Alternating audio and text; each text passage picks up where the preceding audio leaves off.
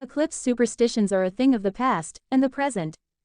Ancient cultures and faiths attempted to explain solar and lunar eclipses all across the world.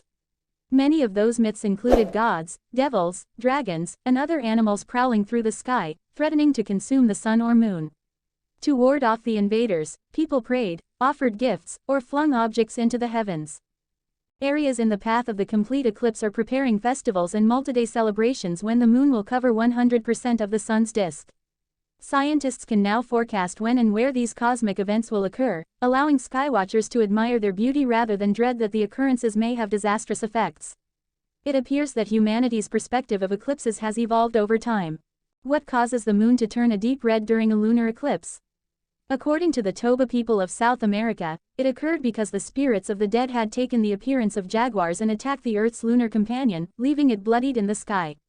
When the Toba people saw the moon turn crimson, they had to shout and let their dogs bark at the sky to scare off the jaguars and stop the murder. The many myths and folktales that attempt to explain the occurrence of solar and lunar eclipses vary greatly. But, according to Krupp, these ancient myths have a few things in common. They frequently include eating or biting, and they represent the eclipse as bad news. There is certainly a consistent answer, and by that I mean worldwide, that most people, most of the time, believed solar or lunar eclipses were a nuisance. There was serious trouble, he explained, and the nature of the trouble had to do with the fact that the foundation of their world appeared to be in jeopardy during an eclipse. People in the modern world may not think about why eclipses would be so terrifying to ancient groups, but their lives would have relied heavily on the fundamental rhythms of the sky, Krupp said. Things like sunrise and sunset, the lunar cycle, and the change of seasons gave order to the world, traced the passage of time, and in many ways determined people's ability to survive, he said. So, when a huge break in the rhythm occurs, such as the sun going even partially out or the moon disappearing, it's more than just an astronomical inconvenience, it's actually serious business for them, he explained. The story of Rahu's vengeful pursuit of the sun and the moon is also depicted on a wall of the main temple on the predominantly Hindu island of Bali, Krupp said. In 1983, when a total solar eclipse passed over Indonesia, representations of this traditional story were used extensively in advertising, he said. Two competing beer manufacturers on the neighboring island of Java, which is predominantly Muslim, both used images of the demon Rahu on their eclipse-themed brews.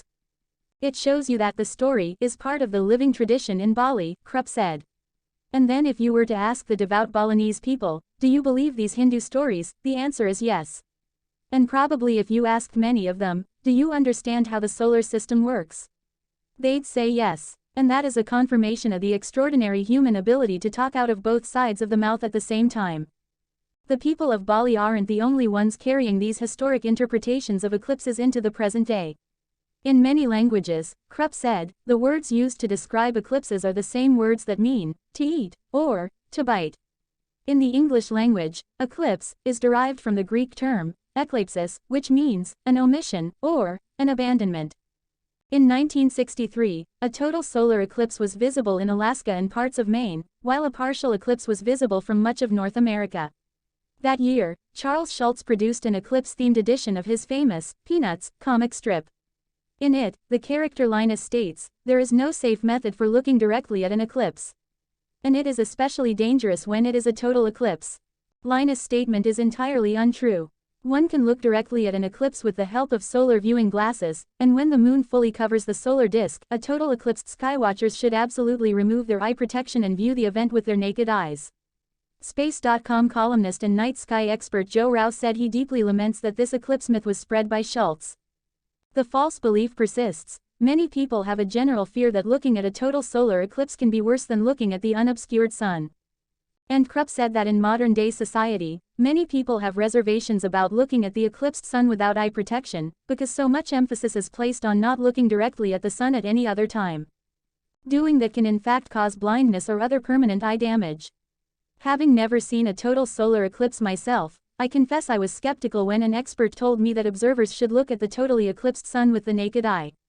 Krupp said this concern or a fear of a liability issue could persuade parents or teachers to keep children from viewing the eclipse.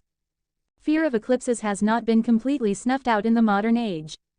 Krupp wrote an article for Sky and Telescope magazine about a persistent belief that eclipses can cause birth defects in unborn fetuses or miscarriages in pregnant women. He said there is clear evidence that this belief arose in central Mexico around the time that European settlers arrived there. People also thought that during an eclipse children would turn into mice, but the idea is not unique to that country. Over the decades, the observatory has received multiple calls from people wanting to know if this belief is true, so that they might protect themselves or a pregnant loved one. To be clear, there is no evidence that eclipses harm pregnant women or their fetuses. For the August 21 eclipse, NASA and the American Astronomical Society have conducted a massive campaign of public awareness. In addition to providing people with information about eye safety, the organizers are warning people about the massive crowds that are expected to gather in the path of totality. Traffic is likely to be nightmarish if too many people drive into the path of totality on the day of the eclipse, experts have warned. Gasoline could become scarce near the path, and people should make sure they have access to food, water and bathrooms. Angela Speck, a researcher at the University of Missouri who is part of the AAS Eclipse Task Force, told Space.com that conditions are going to resemble a zombie apocalypse. While humanity may have moved beyond some ancient responses to eclipses, the 2017 total solar eclipse could be an example of a new mythos surrounding these awe-inspiring cosmic events.